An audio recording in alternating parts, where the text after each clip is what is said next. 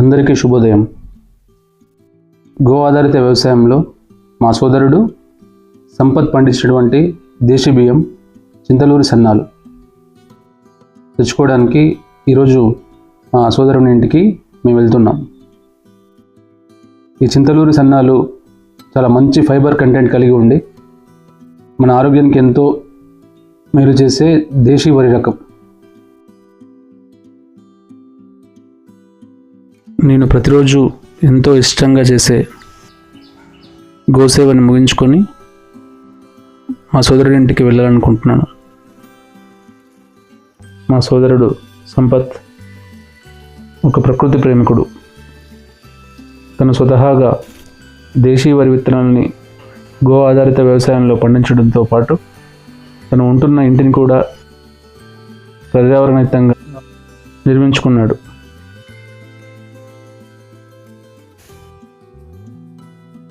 ప్రకృతి పట్ల తనకున్న ప్రేమతో సిమెంట్ని ఎక్కువ వాడకుండా తన ఇంటిని నిర్మించాడు. బెంగళూరు నుంచి తెప్పించినటువంటి ఈ ప్రత్యేకమైన ఇటుకల వలన సిమెంట్ వినియోగం చాలా తగ్గింది.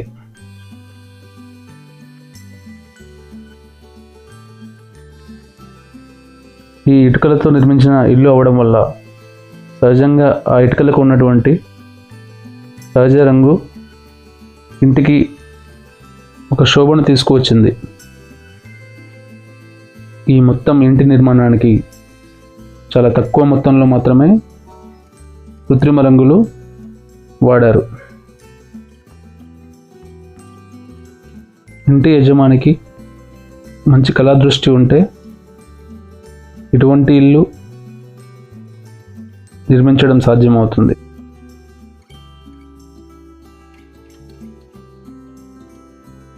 చూడగానే ఆకట్టుకునేలా ఉన్నటువంటి ఆర్చ్ అదే ఇటుకల్ని ఉపయోగించి ఎంతో కళాత్మకంగా నిర్మించారు.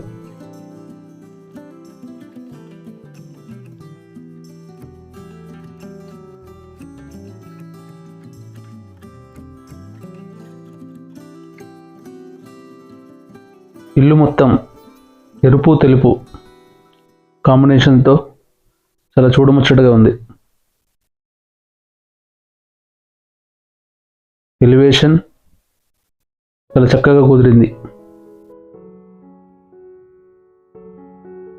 నాకు తెలిసి మేముండే ప్లేస్లో ఇలా కట్టిన ఇల్లు ఇది ఒక్కటే.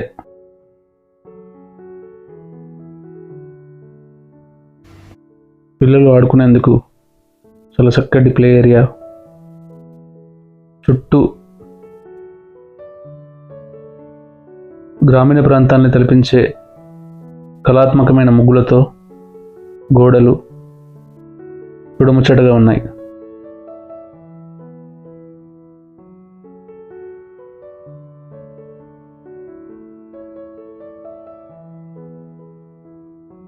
ఫ్లోరింగ్ కోసం కూడా మనం రెగ్యులర్గా యూజ్ చేసే టైల్స్ కాకుండా తమిళనాడు నుంచి హ్యాండ్మేడ్ టైల్స్ని తెప్పించాడు. ఎంత చక్కగా ఉన్నాయో చూడండి.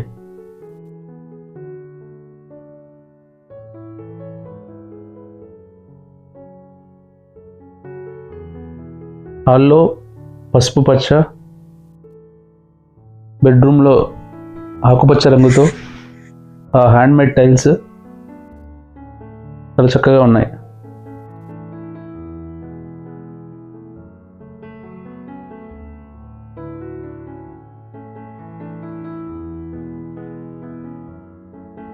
చుట్టూ పచ్చని ప్రకృతి మధ్య మా సోదరుడు తన కలల భవనాన్ని నిర్మించుకున్నాడు. గుమ్మానికి సహజసిద్ధమైన వరికంకులను ఉపయోగించి తయారు చేసిన తోరణాలని వాడాడు.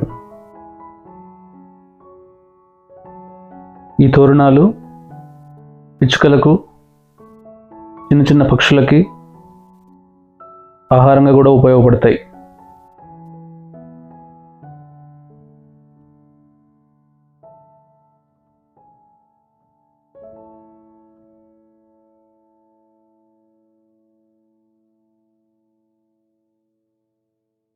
ఇంత చక్కటి ఇల్లు చూసిన తర్వాత మా మనసు ఆనందంతో నిండిపోయింది.